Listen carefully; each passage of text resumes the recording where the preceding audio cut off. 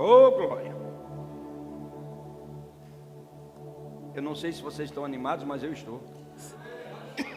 Tossindo um pouco. Isso me atrapalha, mas nada que venha impedir de nós ministrarmos a palavra. Eu quero começar nessa manhã com vocês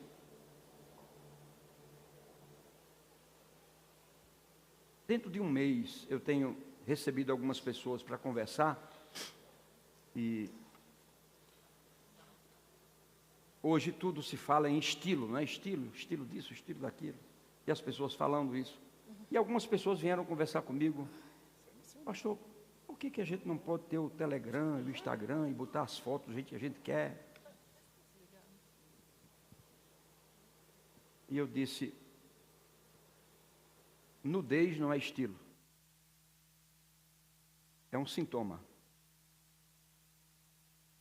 Não, eu não quero que você fique tão silencioso assim, não, por favor. Dê glória a Deus e aleluia. Amém. Eu não estou dizendo que vocês estão despidos, não é isso que eu estou dizendo, ok? Mas nudez não é um estilo, é um sintoma. Isso não é a mensagem, eu estou apenas falando de coisas que eu estou vivendo nos últimos dias com pessoas. Alguém me perguntou, então, pastor, a nudez de Adão e Eva foi o pecado? Eu não foi. A nudez foi o sintoma da ausência da glória de Deus, que faz com que o homem não tome aquilo que é sagrado e banalize. Se a Bíblia diz, apresente o vosso corpo como sacrifício vivo, santo e agradável a Deus, você não pode banalizar a sua nudez, o seu corpo. Aleluia. Então não foi a exposição do corpo, mas a evidência de que algo interiormente tinha sido arrancado.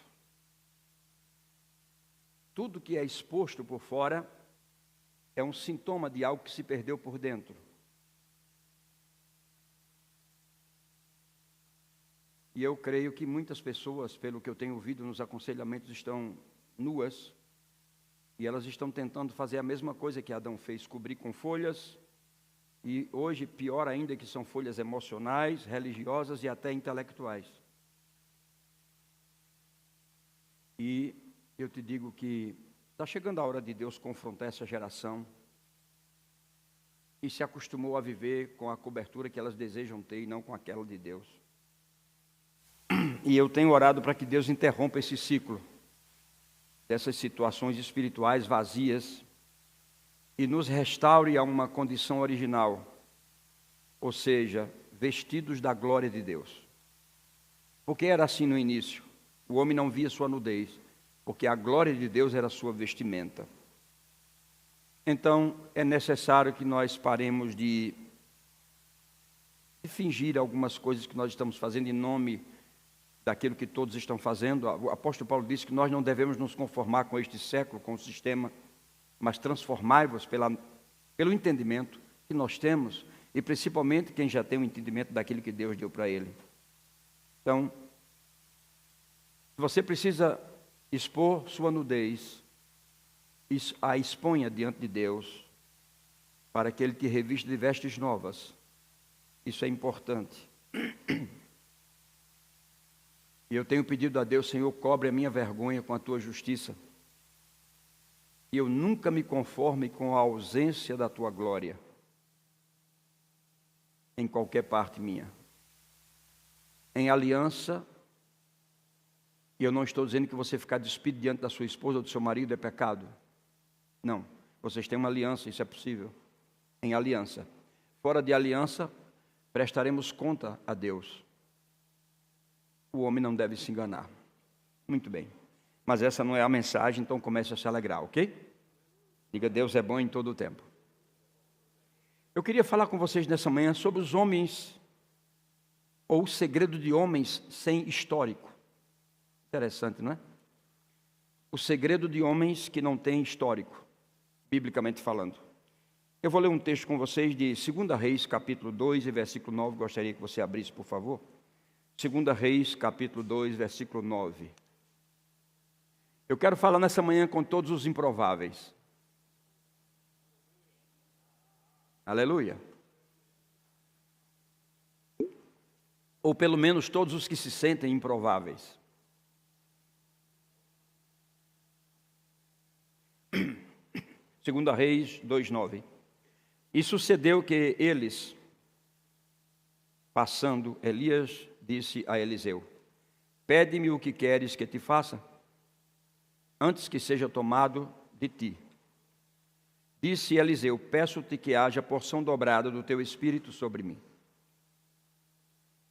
Eu vou ler novamente esse texto. Sucedeu que, havendo eles passado, Elias disse a Eliseu: pede-me o que queres que te faça, antes que eu seja tomado de ti. E disse Eliseu: peço-te que haja porção dobrada do teu espírito sobre mim. Eu percebo, por esse texto e por aquilo que eu meditei essa semana, que Deus está reescrevendo uma linhagem, que para mim será uma linhagem nova nos últimos dias. Nós já ouvimos, irmãos, muitas mensagens sobre Eliseu, e sobre Elias e como ele se tornou o sucessor de Elias, mas eu acredito que poucos de nós perceberam o escândalo espiritual desse texto.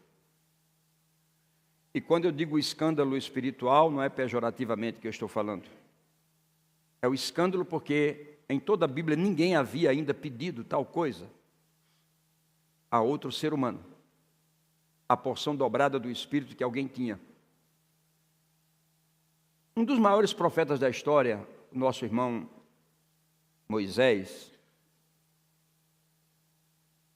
e com suas próprias palavras ele disse: Deus suscitará para o seu povo um profeta semelhante a mim. Então ele tinha consciência da grandeza daquilo que Deus tinha dado para o coração dele. Esse profeta grande, quando foi requisitado dele por Deus, ele deu apenas uma porção a Josué do espírito que ele tinha. E isso já era suficiente para que Josué fizesse, como fez, grandes coisas. Agora, Josué era um homem que tinha estirpe. Ele tinha uma clã por trás. Ele não era um improvável. Ele era um homem que já tinha uma família por trás, tinha nome. E José, ele pertencia à tribo de Efraim, que era um dos filhos de José, né? Era um homem de tribos. E ele vem de uma linhagem de Jacó, de Efraim, de Num, até chegar em Josué. E era um homem já cheio do Espírito, não podemos negar isso. Mas não é apenas interessante notar essa linhagem que ele tinha naturalmente falando, mas ele também tinha uma linhagem espiritual. E ele foi descrito como um homem cheio do Espírito, como servo fiel a Moisés, fiel entre os espias, você conhece a história, e escolhido para liderar Israel. Mas ele não era um improvável, era um homem que já vinha com uma linhagem determinada para determinadas coisas. Enquanto Moisés, que veio da tribo de Levi, sacerdotal, Josué veio da tribo de Efraim, que era uma tribo governamental. Isso mostra a transição profética do tempo e da lei e das instruções que Deus tinha. Então Josué não tinha nada de mais que ele recebesse da parte de Moisés a porção do Espírito, porque já estava determinado algumas coisas para ele. Ele era oriundo de uma fé geracional, de uma unção cuja liderança era cheia de conquistas e capacitado para ver manifestar-se promessas que lhes foram dadas através dos pais, Abraão, Isaac e Jacó. Porém, eu vejo que nesse texto que eu li para vocês, o céu quebrou o protocolo da genealogia. Isso me encanta na Bíblia.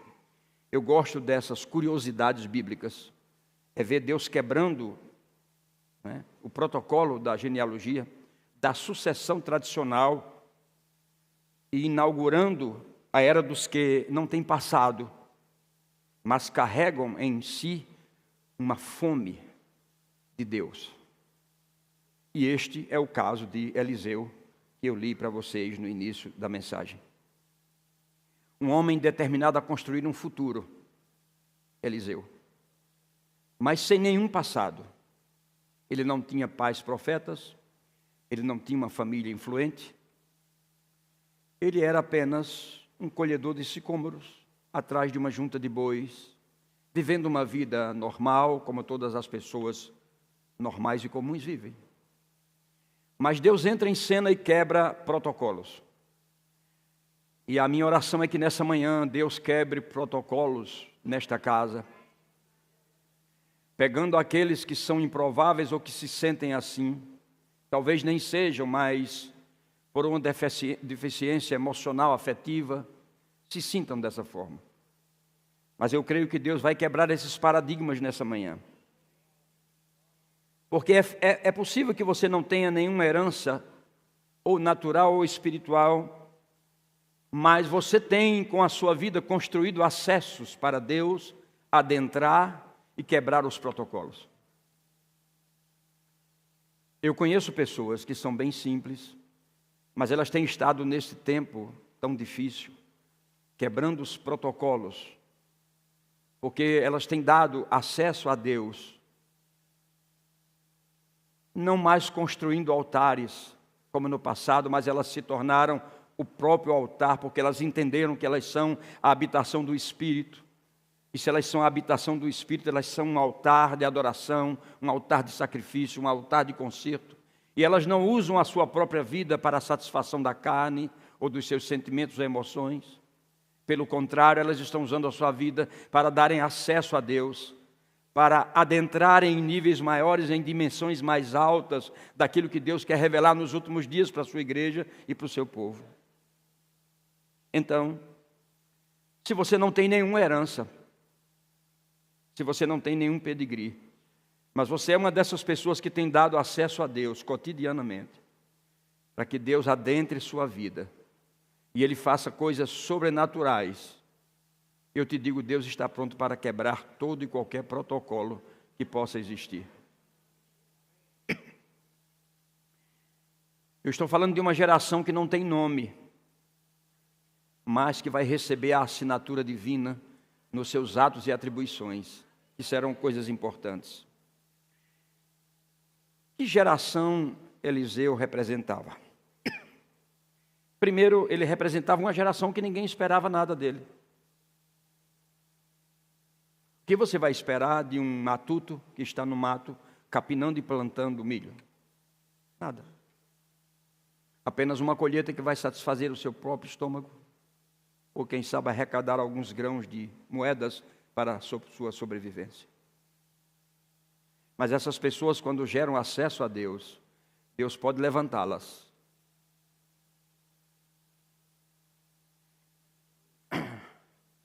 Deus não se limita ao tempo. Deus trabalha fora de tempo.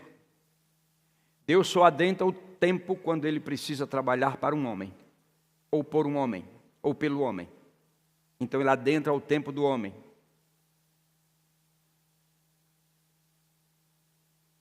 Eliseu não tinha sobrenome.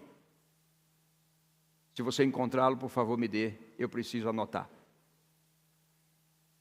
Ele não tinha um palanque, ele não tinha convites, nem tinha título. Mas ele tinha no seu coração um clamor por dentro. Eu sei porque sei que alguma coisa acontecerá, porque o estilo de vida que eu tenho não é o propósito que Deus tem para mim. Então alguma coisa está para acontecer. Eu não sei se você tem vivido assim, dado esse acesso a Deus, de estar pensando, orando e buscando uma forma de como interagir com Deus e dar um acesso a Ele para que a qualquer momento, não da forma que você deseja, como você espera, como você tem traçado planos e projetos, mas Deus chega e diga, olha filho, a partir de agora vai ser assim, assim e assim, e você aceitar isso como um propósito, como um plano para a sua vida. Ele tinha um coração que tinha um clamor por dentro. E esse clamor de Eliseu, ele penetrou os céus. E quando os céus são tocados, Deus ouve. Eliseu é de uma geração de anônimos irresistíveis.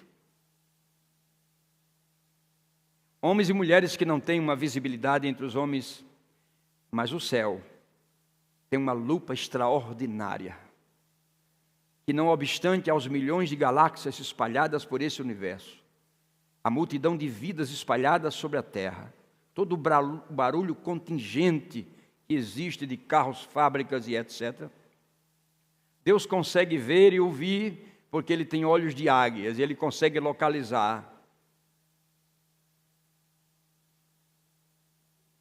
aquilo que os homens que estão vivendo com você no dia a dia não conseguem ver. Uma geração de anônimos Ele fazia parte. Mas Deus está vendo esses homens e essas mulheres, e Ele quer trazer para você não a visibilidade do Instagram, mas a visibilidade que o reino de Deus pode dar a um homem e uma mulher que tem um coração sedento por Ele. E o céu não consegue ignorar essas pessoas. Essas pessoas não foram apresentadas a um púlpito, mas elas estão sendo apresentadas em um altar. Isso faz toda a diferença. Elas não foram treinadas em um trampolim que sobe e desce. Elas estão sendo treinadas numa plataforma de lançamento. E Deus vai usá-las no momento certo, no ponto certo, na hora certa, para determinados fins e coisas que Deus deseja fazer nos últimos dias. E eu lamento dizer que isso é coisa para poucos, porque nem todos estão aptos a dar acesso a Deus, porque estão mais preocupados com a sua própria vida, com aquilo que eles desejam, com aquilo que eles querem, do que com aquilo que é projeto de Deus para os dias em que nós estamos vivendo. Irmãos, o maior obstáculo para uma porção dobrada não é o diabo. O maior obstáculo é a mentalidade de qualificação para recebê-lo. Tudo aquilo que você se sente desqualificado para receber, você não receberá. Primeiro você tem que entender que Deus te fez. A Bíblia diz que Ele te fez e te trouxe antes da fundação do mundo. Isso já é uma qualificação. Os nossos primeiros pais, mesmo tendo errado, mas foi a eles que Ele deu a promessa de crescerem, multiplicarem-se, povoarem a terra, dominarem. E não foi por causa do erro dos nossos primeiros pais que essa promessa, que é profética, que está destilada em toda a palavra, do Velho ao Novo Testamento, deixou de existir ou deixou de ter o poder. Ela tem hoje o mesmo poder de quando ela foi pronunciada por Deus. Então, não se sinta desqualificado para receber aquilo que Deus tem para a sua vida. A partir do momento que você se sente assim, você não tem atração por essas coisas. Eliseu teve que romper com a mentalidade comum que existia na vida de muitas pessoas. Achar que precisa merecer para receber. Ora, o apóstolo Paulo disse que o Senhor já nos abençoou com toda sorte de bênçãos nas regiões celestiais em Cristo. E quem é abençoado com toda sorte de bênçãos nas regiões celestiais em Cristo, tem qualificação para receber de Deus. Agora é bom pensar por que Deus disse o que disse. Ele nos abençoou com toda sorte de bênção nas regiões celestiais. Eu não sei porque Ele não disse, eu os abençoei na terra. Para mim isso precisa ser confiscado, precisa ser buscado. E para mim a moeda de compra chama-se fé, porque o justo viverá da sua fé, e é através de um braço de fé que você puxa aquilo que você precisa. Mas para isso o homem tem que ter convicções nele. Não é normal para um homem de 100 anos gerar um filho ou uma mulher de 95 engravidar. É preciso ter uma convicção tremenda, além dos limites. De fato, é preciso possuir o espírito da fé para ter essa convicção de que aquilo que ele está crendo vai acontecer. Talvez esse seja o nosso maior pecado. É dizermos que acreditamos, mas de fato e verdade nós não acreditamos. Porque a qualquer vento, nós desentronizamos a fé e a convicção que nós temos nas coisas que Deus quer fazer. Mas onde estava a convicção de Abraão? A Bíblia diz que ele creu naquele que ressuscita mortos e que pode chamar à existência as coisas que não existem como se já fossem. Isso é uma convicção tão profunda que não temos nem palavras, eu não tenho para explicar. É a mesma convicção que você vê na galeria da fé em Hebreus capítulo 11, onde pessoas tinham convicção das promessas que receberam, sabiam que não iam ver essas promessas concretizadas, mas partiram na certeza de que eles tinham uma promessa e de que um dia eles veriam, porque iam ressuscitar. É uma convicção. É a mesma convicção que eu vejo em Noé. Você pensa que é brincadeira? 100 anos, pregos e martelos, batendo todos os dias, sendo chamado de louco, por uma convicção interna de que um dia os céus dariam chuva e as cisternas da terra brotariam. 100 anos mantendo uma convicção. Isso é o espírito da fé em operação. Agora, isso não só é para Noé, que você pode pensar que foi escolhido para tal. É para os improváveis que tiverem no coração também colocada a convicção de que as mesmas promessas que Deus fez a esses heróis da fé do passado, elas podem ser vivenciadas por aqueles que não têm um pedigree, que não têm nome, que não têm sobrenome e que parece que não são nada, mas para Deus, que confunde as coisas, Ele muda a cronologia das coisas e faz de você alguém que as pessoas vão ficar impressionadas.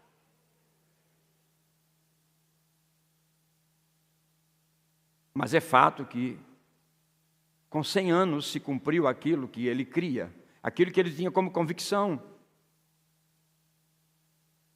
E parece um ministro da fé ou um pastor frustrado, Noé.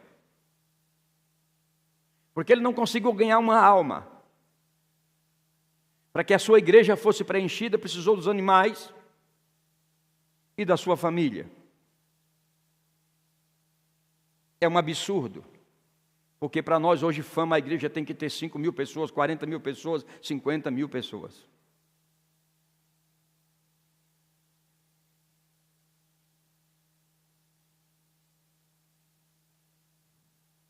Mas um dia,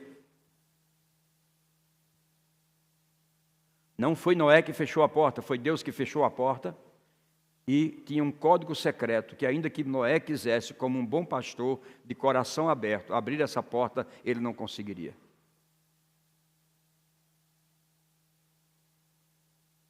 E aquela água que matava as pessoas rebeldes, foi a água que salvou a família de Noé. E deve ter sido duro para ele ver pelas frestas da arca, pessoas morrendo. Elas tiveram a oportunidade. Elas tiveram a oportunidade de ser alguém, mas elas decidiram viver a sua própria vida. Quem tem ouvidos para ouvir, ouça o que o Espírito está dizendo. Deus tem te dado oportunidades, e você tem negligenciado essas oportunidades. Mas alta vai a noite, e vem chegando o dia. A Bíblia diz que aquele que o homem semear, isso também ele colherá. Haverá um dia que será a prestação de contas de tudo que nós fizermos. E saiba que você não vai poder negar. Há uma câmera que vai mostrar os vídeos.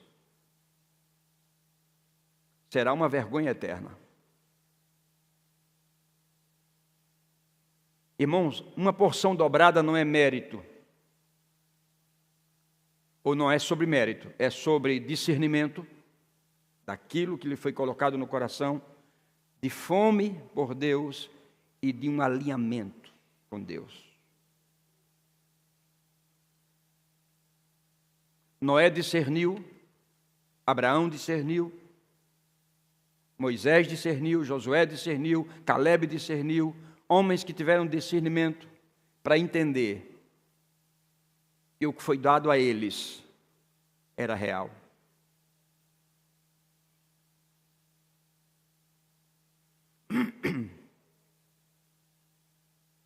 Muito bem. A porção dobrada não é mérito, é sobre discernir, sobre ter fome e sobre alinhamento. Quando você discerne o que você carrega por dentro, você não vai ter vergonha de pedir nada a Deus para cumprir esse propósito que foi te dado. A coisa mais difícil, ou uma coisa inédita, inusitada, como porção dobrada, ninguém tinha pedido isso ainda. E onde esse homem foi buscar sabedoria para pedir isso? Porque se fosse alguém que tivesse pedigree, seria muito mais fácil. Mas é alguém que vem da roça. E ele decide pedir uma porção dobrada. É muito sério. Eu acredito que Deus está dizendo para alguém nessa manhã, eu espero que Ele esteja dizendo para mim também. Você nunca verá o que você não ousar desejar.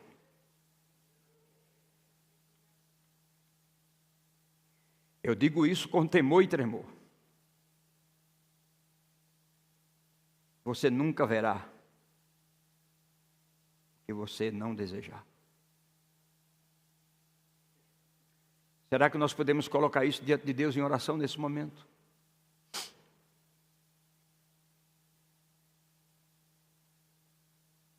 Lá no íntimo do seu coração, talvez você tenha desejado coisas grandes demais, que você pensa que é muito grande.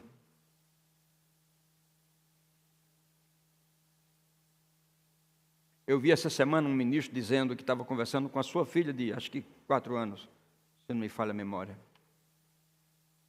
E eles estavam conversando. E a filha falando de alguma coisa grande, e o pai dizia, eu sou maior do que isso. E a filha dizia outra coisa, eu sou maior do que isso, eu sou maior do que isso. Até que teve um momento que a filha disse assim, e Deus? O pai não podia dizer, eu sou maior do que Deus. Tudo que você pedir a Deus, com uma convicção no seu coração, para propósitos específicos de vida para o reino, é pequeno. Porque a Bíblia diz que Deus é poderoso para fazer infinitamente mais além do que tudo que pedimos ou pensamos. Não é por mérito, é por consciência de quem é você nesse reino, o que tem para você fazer e o que Deus espera de você.